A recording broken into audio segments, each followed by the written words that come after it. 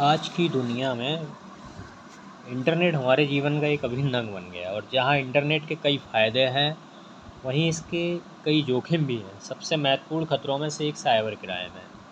Cyber अपराध किसी भी अवैध गतिविधि को संदर्भित करता है जो कंप्यूटर या इंटरनेट का उपयोग करके किया जाता है। हमारे देश में आज भी बहुत से ऐसे लोग हैं जिनको इस प्रकार के अपराधों की जानकारी नहीं होती और वे ऑनलाइन फ्रॉड का शिकार हो जाते हैं। इसलिए आज के इस टॉपिक में हम साइबर अपराध के बारे में विस्तार से जानेंगे कि साइबर अपराध होता क्या है, साइबर क्राइम क्या होता है। सबसे बड़ी बात यह है कि हमारे शहर हो या गांव, लेकिन ये साइबर अपराध इस समय बहुत ही तेज़ी से चल रहा है।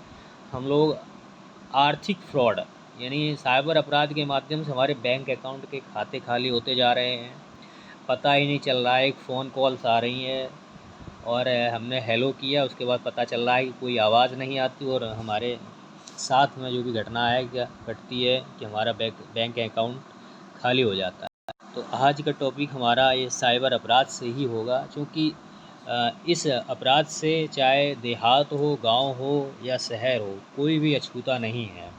इस अपराध के बारे में आज हम जानेंगे कि ये साइबर अपराध क्या होता है। साइबर अपराध एक ऑनलाइन अपराध है जो इंटरनेट या डिजिटल उपकरणों के उपयोग से किया जाता है। इसमें ऑनलाइन धोखाधड़ी हो गई, चोरी, जासूसी, वायरस और अन्य अपराध शामिल हो सकते हैं। यह आमतौर पर कंप्यूटर सिस्टम, नेटवर्क और इंटरनेट संबंधी सुरक्षा में समस्या उत्पन्न करता है, जो उपयोगकर्ताओं को प्रभावित कर सकते हैं और उनकी गोपनीय जानकारी को चोरी कर सकते हैं। साइबर क्राइम उदाहरणों में अगर हम देखें तो internet banking fraud, social media में खातों में उलझन, फिशिंग, मेलवेयर, रैनसमवेयर और ऑनलाइन शोषण आदि शामिल हैं। साइबर अपराध के बारे में अगर हम देखते हैं तो ये कितने प्रकार के होते हैं। साइबर अपराध मुख्यतः 5 हैं। 5 तरीके से हमारे साथ अपराध होता है फ्रॉड संबंधी। जैसे कि पहला है मेलवेयर। मेलवेयर है एक ऐसा सॉफ्टवेयर है, इसको हम हिंदी में दुर्भावनापूर्ण सॉफ्टवेयर बोलते हैं। एक यह छोटा सा वायरस होता है और यह किसी भी प्रोग्राम या कोड को संदर्भित करता है जिसे आपके कंप्यूटर या नेटवर्क को नुकसान पहुंचाने के लिए डिज़ाइन किया जाता है। मेलवेयर वायरस क्या होता है कि ये वर्स, ट्रोजन या रैनसमवेयर का रूप ले सकता है। फिशिंग ईमेल या संक्रमित वेबसाइटों के माध्यम से आपके कंप्यूटर पर मेलवेयर डाउनलोड किया जा सकता है। देखते हैं आजकल आमतौर पर एक तो छोटा सा मेलवेयर सॉफ्टवेयर का मान के चलें कि हमारे मोबाइल में मैसेज के माध्यम से, व्हाट्सएप के माध्यम से, जीमेल के माध्यम से लिंक आती हैं। ठीक है, उनको हम ओपन करते हैं, जैसे ही क्लिक करते हैं वो लुभावना आपको लालच देते हैं कि इसमें ये चीज़ है, वो चीज़ है, लेकिन हम जैसे ही क्लिक करते हैं तो हमारा फ़ोन ही वायरस से हैक हो जाता है एक तरीके से। और या जो आप हाथ में लिए रहते हैं, कंप्यूटर बैठे हैं, वो आपका काम करना बंद कर देता है। सारा सिस्टम जो हैकर्स होते हैं, जो साइबर अपराधी होते हैं, उनके हाथ में आ जाता है। ऐसा ही दूसरा अपराध इसी में है कि फ़िशिंग के माध्यम से। फ़िशिंग क्या है कि फ़िशिंग एक ऐसी तकनीक है जिसका उपयोग इन अपराधियों द्वारा आपको संवेदनशील जानकारी जैसे login credential, credit card number या सामाजिक सुरक्षा नंबर देने के लिए किया जाता है। फ़िशिंग ईमेल किसी बैंक, सरकारी एजेंसी या प्रसिद्ध कंपनी के वैध ईमेल की तरह दिखने के लिए डिज़ाइन किया जाता है।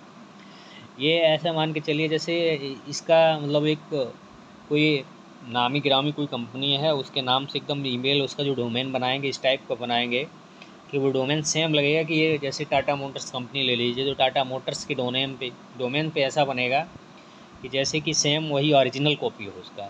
लेकिन कहीं ना कहीं थोड़ा डिफरेंस होता है, लेकिन आमतौर पर हम लोग पहचान नहीं पाते उस चीज़ को, और उसका उपयोग करके हम जैसे उसको लिंक को क्लिक करते हैं तो डाटा हमारा गड़बड़ा आ जाता है, सब बेकार हो जाता है। तीसरा होता है साइबर अपराध में पहचान की चोरी। पहचान की चोरी तब होती है जब कोई आपकी व्यक्तिगत जानकारी जैसे आपका नाम, सामाजिक सुरक्षा नंबर या क्रेडिट कार्ड की जानकारी चुराता है और इसका उपयोग धोखाधड़ी गतिविधियों के लिए करता है। तो यह फिशिंग ईमेल या डाटा उल्लंघनों के माध्यम से हो सकता है। चौथा हमारा होता है डिनायल ऑफ सर्विसेज, डॉस हमला। डॉस हमला तब होते हैं जब कोई साइबर क्रिमिनल किसी नेटवर्क या वेबसाइट ट्रैफिक से भर देता है। ये सबसे बड़ा, जैसे कि अब इंटरनेशनल स्तर पर देखते हैं हम कि हमारी वेबसाइट मतलब ये इस हमले से वेबसाइट को इतना ट्रैफिक भर देता है जिससे कोई दुर्घटनाग्रस्त हो जाती है या वेबसाइट चलती ही नहीं है या दुर्गम हो जाती है।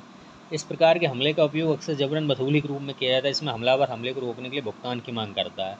इतना वो ट्रैफिक कर देता है, इतना सर्वर ब्रेकडाउन कर देता है या सर्वर आपका काम करना बंद हो जाएगा।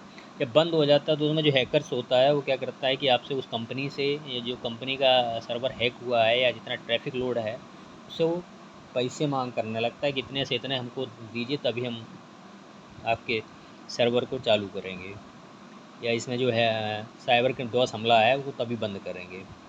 तो इस अपराध में डिनाइल ऑफ सर्विस, इस अपराध को करते हैं। पांचवा अपराध है कि साइबर कास्टिंग।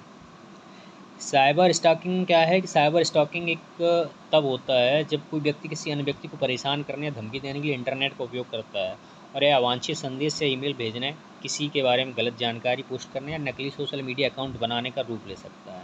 ये भी आजकल चलन में बहुत चल रहा है। सबसे ज़्यादा हम साइबर में देख रहे हैं कि साइबर स्टॉकिंग, ये कि किसी की गलत आईडी बना करके उसका अकाउंट बना लिया। अब उसको उसकी जानकारी नहीं है कि हमारा आप है और उसके माध्यम से वो अनुचित प्रयोग कर रहा है, किसी को धमकी दे रहा है, किसी को गाली दे रहा है, किसी से पैसे की डिमांड कर रहा है। तो इस तरीके का एक साइबर जो स्टॉकिंग है वो अपराध है।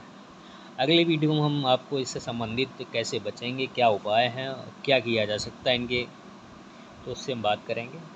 आज के लिए जय हिंद।